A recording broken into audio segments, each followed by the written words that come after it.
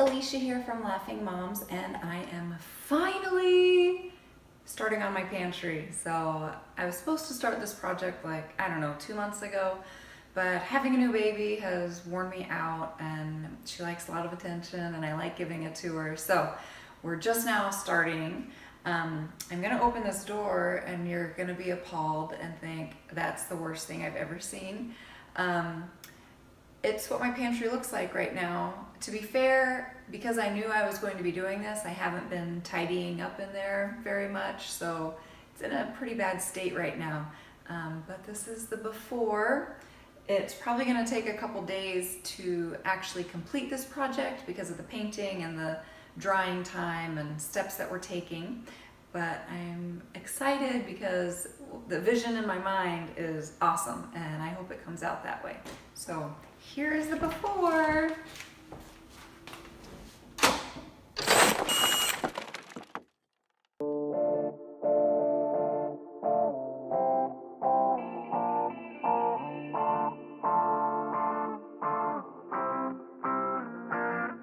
Zombies are coming, or maybe North Korea, or every water source gives you raging diarrhea, or volcanic ash hides the sun like an eclipse. Yeah, soon something's gonna start the apocalypse.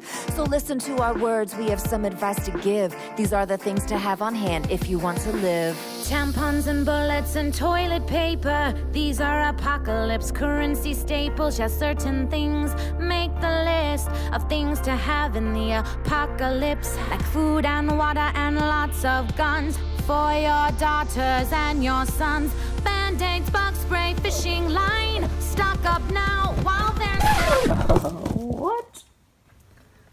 It's normal, right?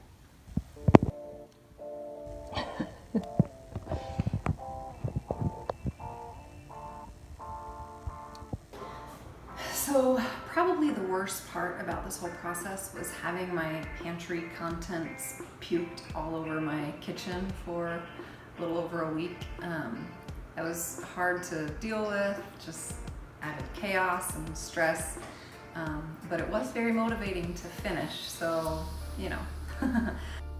I wanted to spray paint my shelves to get a nice smooth finish on the shelves, but even when I wear a mask, I seriously hold my breath while I'm painting and then run away to fresh air as soon as I'm done with, or when I can't hold my breath anymore, basically. So in this case, I was running outside our back door after spraying for as long as I could stand without breathing, and traipsing back and forth had some unforeseen side effects, as I apparently carried a cloud of spray paint particles with me each time, which allowed spray paint to get all over my wood floors where they weren't covered.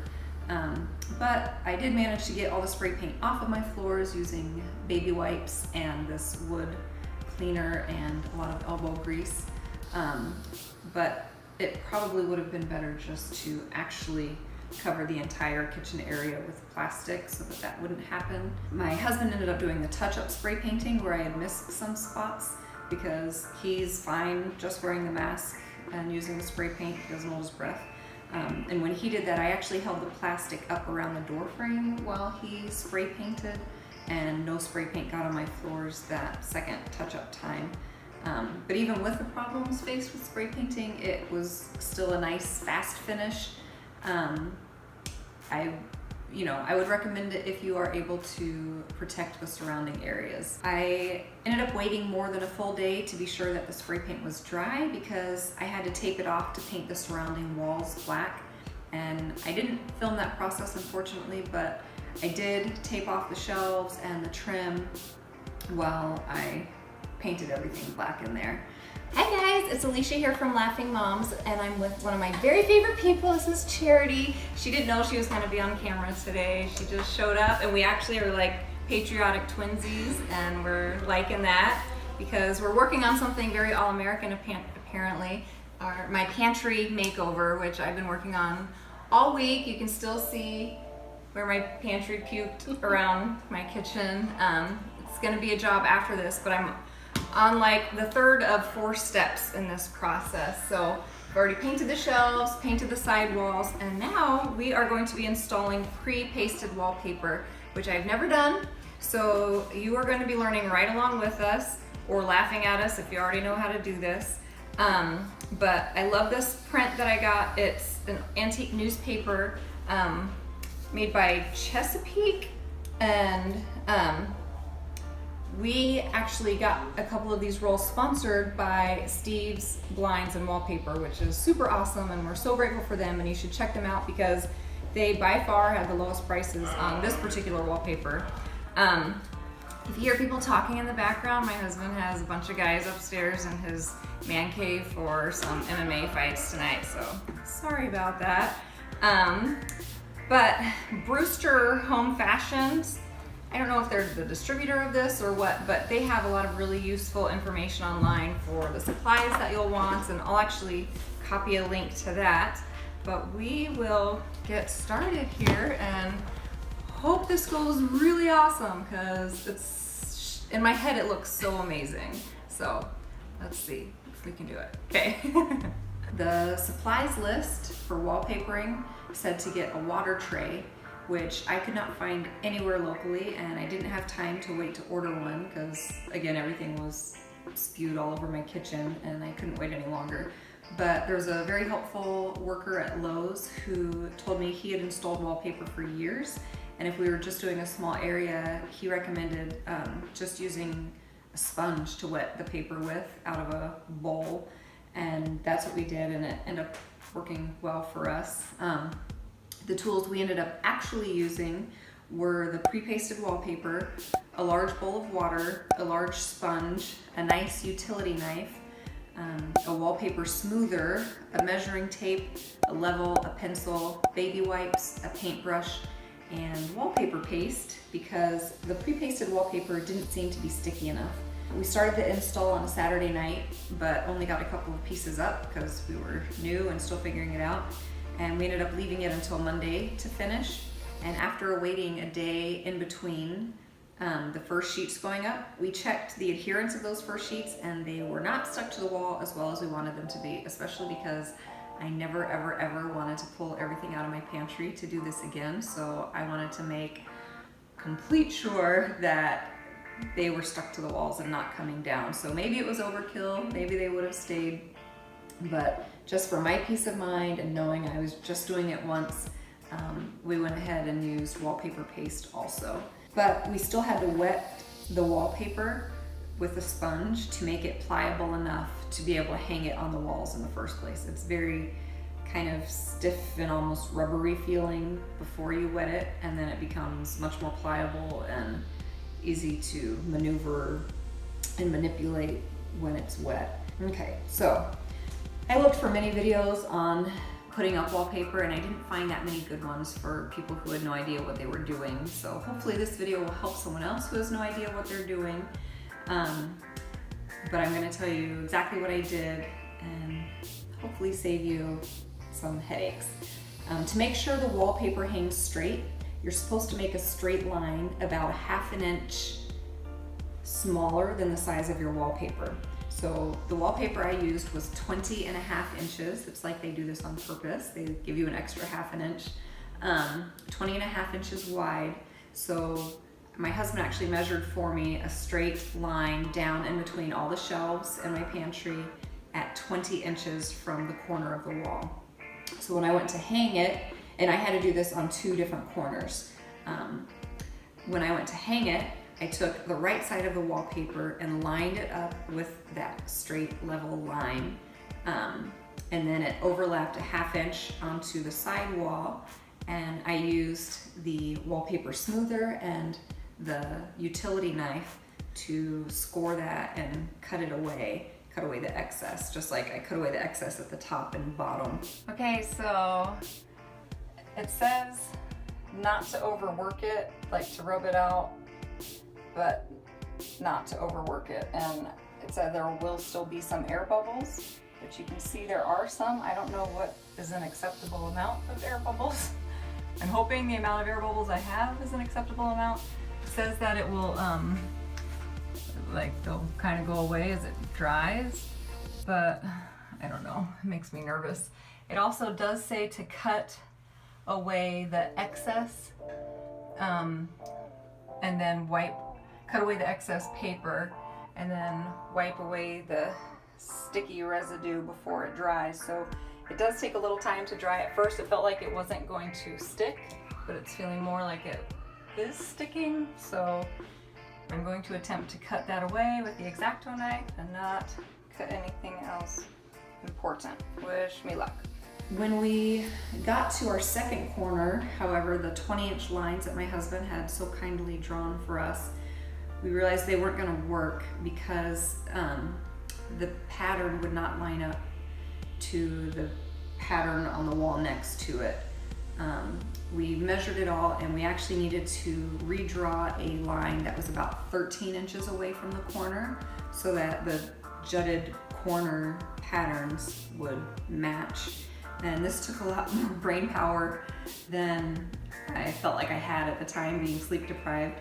But we finally figured out what we needed to do. And I was nervous making the vertical lines. My husband was at work and I wanted to do it before he came home. So I used a level. We have a large level that I used for the top portion, but it was way too large to fit in between the shelves when I got to that section. So I actually ended up using the level on my iPhone, and it worked fantastic, and it was much easier than I thought it would be. So make sure your line is level and measured properly. We measured multiple lines 13 inches away from the corner and then used the level to make them straight. The wallpaper instructions also said to cut the length of the wallpaper 4 inches longer than the space needed to be covered, so that you would have 2 inches on top and 2 inches on bottom extra that you can be cut off. That this would help make sure your pattern can repeat properly when you hang each new sheet. And we did this with the first section. Okay, the first step we're doing is we're going to cut our first strip. It's the longest spot in my pantry. You can see it'll be going above the top shelf.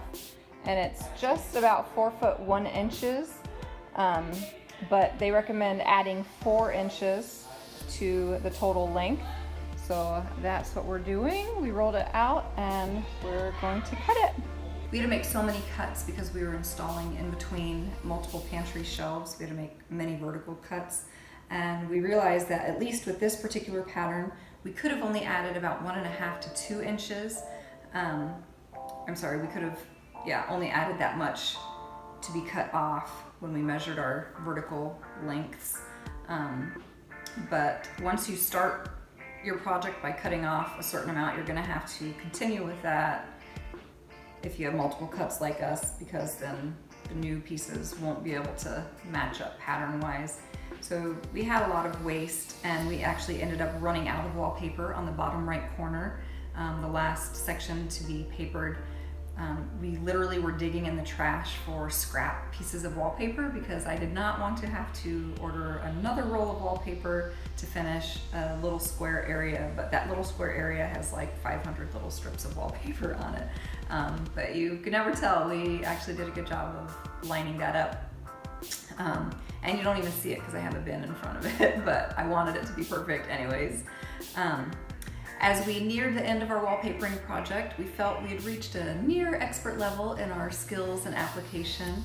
But when we started, I watched so many videos trying to find information on people who had never done this before, and there weren't that many great videos out there. So I'm hoping this will help somebody else getting ready to start their own wallpapering project. But the system that worked best for us was having 2 people.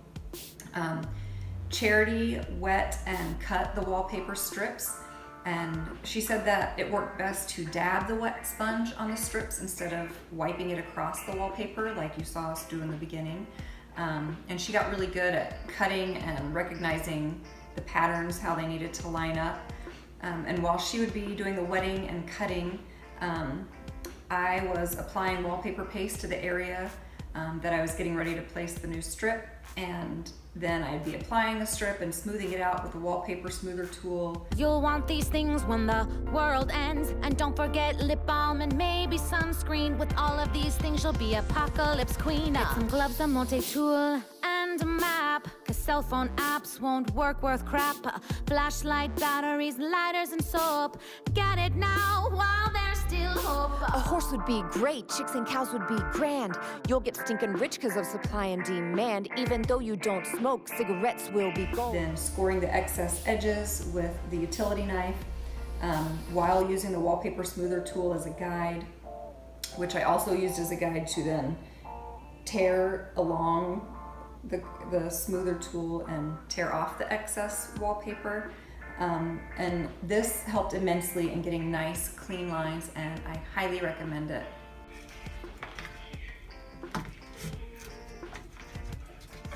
So that score very well.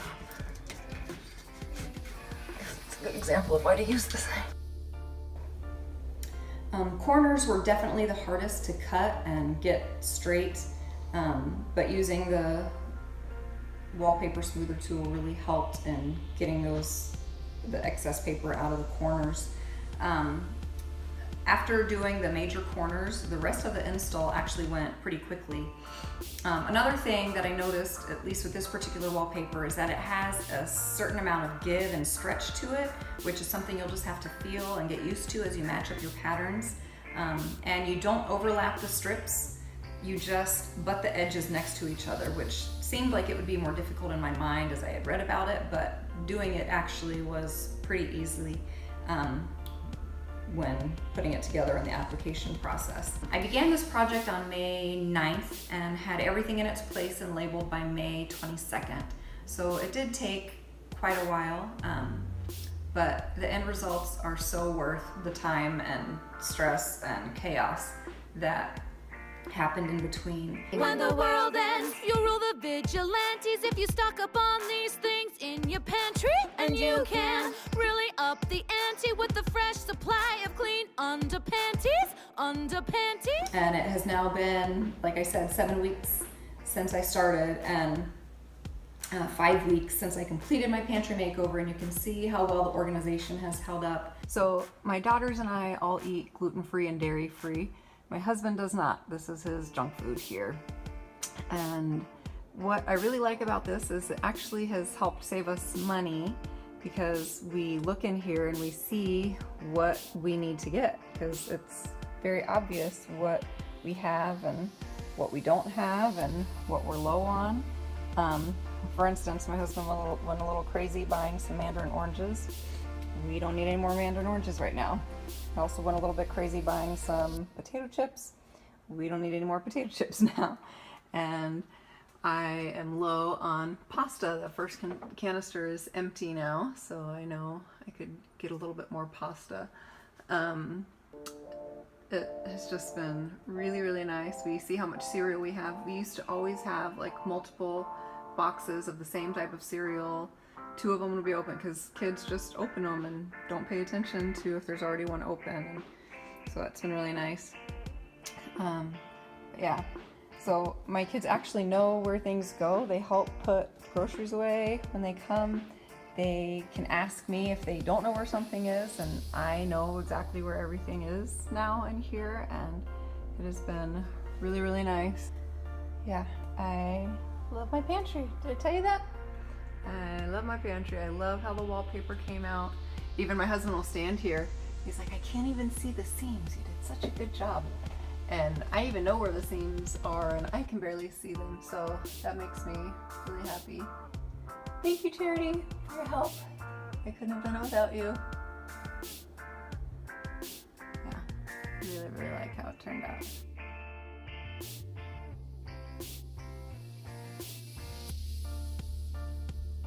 It's honestly been a dream, and it's currently my favorite room in the house. I'm kind of an all or nothing sort of person, so I'm either like ultra, super, uber organized, or everything goes to crap. And right now my pantry is beautiful and organized. It's pantry perfect, and the rest of my house is crap at the moment. So, you know. Thank you so much for watching my pantry makeover. I hope you enjoyed it. If you do one, please tag us with some pics. We would love to see. For more detailed information, click the link in the box below for our blog. And please give us a big thumbs up and share this with friends and subscribe. It helps our channel immensely. Thanks so much, guys. Bye.